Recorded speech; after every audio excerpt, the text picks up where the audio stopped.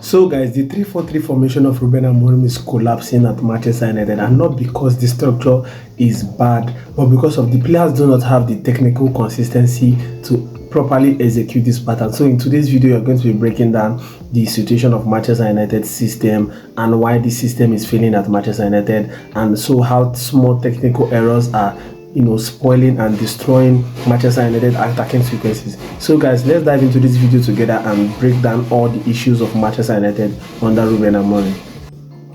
So guys, the Rúben Amorim system is actually designed to create a form of controlled build-up in the build-up phase, to create width using the wing backs, and also to create an overload between the lines. And on paper, this is supposed to work in Manchester United, but the key issue is that the Manchester United players are not technically precise enough to carry out this execution under pressure and in tight spaces. So this is the reason why Manchester United and the Rúben Amorim 3-4-3 system is failing at Manchester United. So guys, let's break down this video using the first example, and I'm going to show you how these players are failing to execute this pattern properly and why Rúben Amorim should be looking to change the system just for the moment. So guys, in the first example I'm going to be showing you is in the Brentford game. So Ligt held the ball, he was pushing up off the pitch, and you could see the sequence from Ligt to Bruno to Dalot to Cunha and Benjamin Sesko. And so Ligt played the ball into Bruno Fernandes, and so what I was expecting Bruno Fernandes to do was to play that ball immediately, because if you notice, there was a space between the defender marking Diogo Dalot and Diogo Dalot. So Diogo Dalot would have easily played that ball one time if the ball got to his left foot. And so Bruno Fernandes, instead, when the ball got to Bruno Fernandes, he took too many touches, and before he could play the ball to Diogo Dalot was closed down, and that space was actually not used. And if that ball was played first time to Dalot, definitely Benjamin Sesko has pinned down a defender that was supposed to be marking Matheus Cunha, and a midfielder was the one marking Matheus Cunha. And this midfielder definitely cannot be expected to be tight on Matheus Cunha, because the defender also has a lot of large spaces to cover.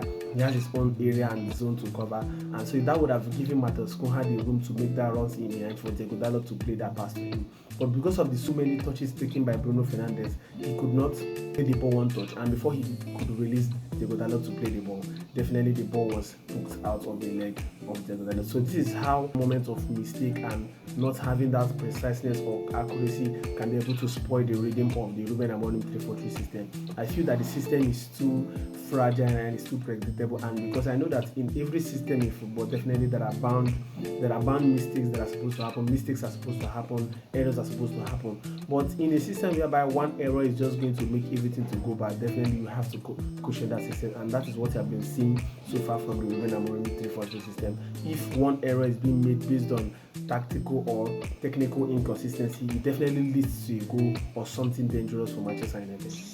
So guys, again, in another sequence, you're going to find out that Bruno Fernandes is with the ball, and Matheus Cunha, as usual, like the 10 should be, is occupying that half spaces. And as he's looking to occupy that half spaces, definitely Bruno Fernandes is looking to pass that ball. And if Bruno Fernandes passes the ball on the left foot of Matheus Cunha, that makes it to be able to turn and then play a runner in behind. But if Bruno Fernandes misses the pass due to inaccuracy, and then we lose another attacking moment, and that is definitely what happens.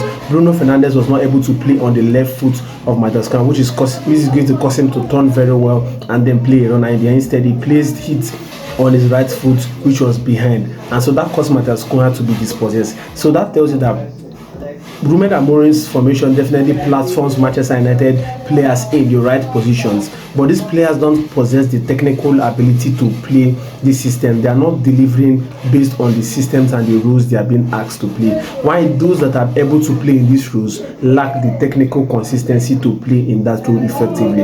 And so if a team is being tasked to, or players are being tasked to play in a rules whereby they require high technical ability and they cannot deliver, definitely that system is definitely bound to fail. It doesn't mean that Rúben Amorim's system is banned, but the players are deficient. They are not sufficient enough to play in these rules, and so Rúben Amorim should be looking to play in a temporal system that can maximize the players' ability while he looks to ship the average players in the team. So guys, let's look at another example. In this case, it is Diogo Dalot. You're going to find out that Diogo Dalot is always occupying good positions. He's always occupying tactically wonderful position in the team. He's a player that likes to occupy good positions in the team, but his problem has always been decision making. The decision making of Diogo Dalot has been really awful in the past 2 years for Manchester United. And so in this case, Diogo Dalot actually has been one of the players that has been hindering the way Manchester United want to play and the proper execution, the technical execution of Manchester United. And you are going to find out that in the Brentford game, the times whereby Diogo Dalot made the right passes, it actually led to a good transitional moment for Manchester United. There are moments where he gave passes to Bruno Fernandes, but Bruno Fernandes lacked the technical quality to play in those first time balls. And you could see that the time also he played the ball to Matheus Cunha, which Matheus Cunha delivered very well. It led to a goal scoring opportunity, and Manchester United won their first penalty in that game. And the times whereby Diogo Dalot was not able to give those one-time passes, it was really shambolic for Manchester United. Like in this instance, you're going to find out that Bruno Fernandes, Manuel Ugarte played a very wonderful combination in the box, and then it led to Manuel Ugarte sighting Diogo Dalot in a very wonderful position. He was in a very advanced position. There was a lot of space for him to run into, and then definitely the ball got to Diogo Dalot. Diogo Dalot, took on the space, ran forward for a counter attack, and then here comes the time Diogo Dalot is supposed to, show his technical ability and try to improve his decision making. Instead of passing the ball into Matheus Cunha to play the ball forward so that Matheus Cunha can be able to get the ball and create a dangerous moment, instead Diogo Dalot played the ball behind Matheus Cunha, and the moment that ball was lost, it led to a long pass which Manchester United conceded from. So this is going to tell that Manchester United can be able to play the Rúben Amorim system, but not with this set of players. This set of players cannot be able to play this system for Manchester United. Technically, they are not sufficient enough. They are really deficient in most of their characteristics, and Manchester United system cannot be able to move forward playing like Manchester United has been playing so far. Also, you're also going to find out that in some sequences in the Brentford game, Bruno Fernandes was playing as the risk taker. He was playing like the midfield runner. He was making a lot of attacking runs with intent. But the issue was that most of the pass to Bruno Fernandes was either shambolic, or most of the times whenever the pass was also accurate for Bruno Fernandes to deliver, he lacked that technical ability to play those first time passes. And this is the issue with Manchester United. Either the person passing the ball is shambolic, or the person receiving the ball doesn't also know how to do the basics of football. So this is why Rúben Amorim, sometimes the Manchester United job is really hard, because you have to do it a lot, and before a system can be able to be in place, the players playing in your team should be able to do the basics. They should be able to do the basic thing that is required of a football player, and most of the Manchester United players has lacked that basic ability to just play football even without tactics. So this is one of the issues that Rúben Amorim is going to be facing in his long-term job in Manchester United. So guys, beyond the era of Bruno Fernandes and Diogo Dalot, you're going to find out that most of the players of Manchester United are also struggling, and these are players that were really bought to transform Manchester United. Benjamin Sesko actually has been doing well for Manchester United, and he has actually struggled, not because he's not playing well, but because of also the players that has been around him. You're going to find out that Matheus Cunha, ever since he came back from injury, has been struggling a lot. He has been missing a lot of chances, even though he has found himself in wonderful half spaces and wonderful situations, dangerous situations. He has been missing a lot of goals, and he has been a little bit selfish recently.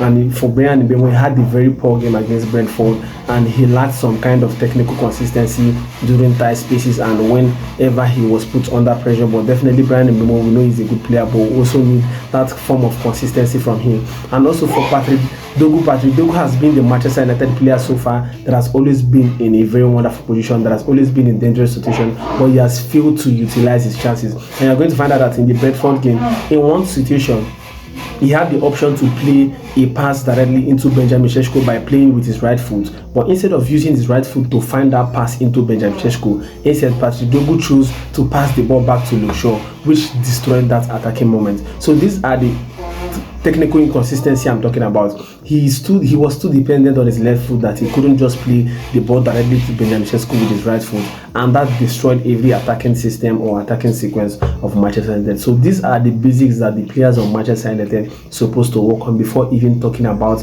how the 3-4-3 system is going to function. So guys, what is the bigger picture for Manchester United? I think the underlying issue of this Rúben Amorim system and why people are calling for a change is that the system almost depends on the technical abilities of players instead of looking at maximizing the potentials of some of the players. If you look at some of the elite coaches around Europe, you're going to find out that at least their system maximizes the strengths of one or two of the important players. But you're going to find out that even in the Rúben Amorim system, players that are supposed to be maximized their strengths are supposed to be maximized to elevate the team. They are being used in wrong position, particularly Bruno Fernandes thanks to play in the CM role where he has to track back attackers, which he doesn't have the strength for. Definitely, you know that Bruno Fernandes should be able to thrive in the number 10 role. Switching back to the 4-2-3-1 is definitely going to maximize the strength of Bruno Fernandes, which has been our most consistent players in the last 6 seasons. But we know that Rúben Amorim is not looking to change to the 4-2-3-1, as if he changes to the 4-2-3-1, definitely Matheus Cunha is not an orthodox winger that can be able to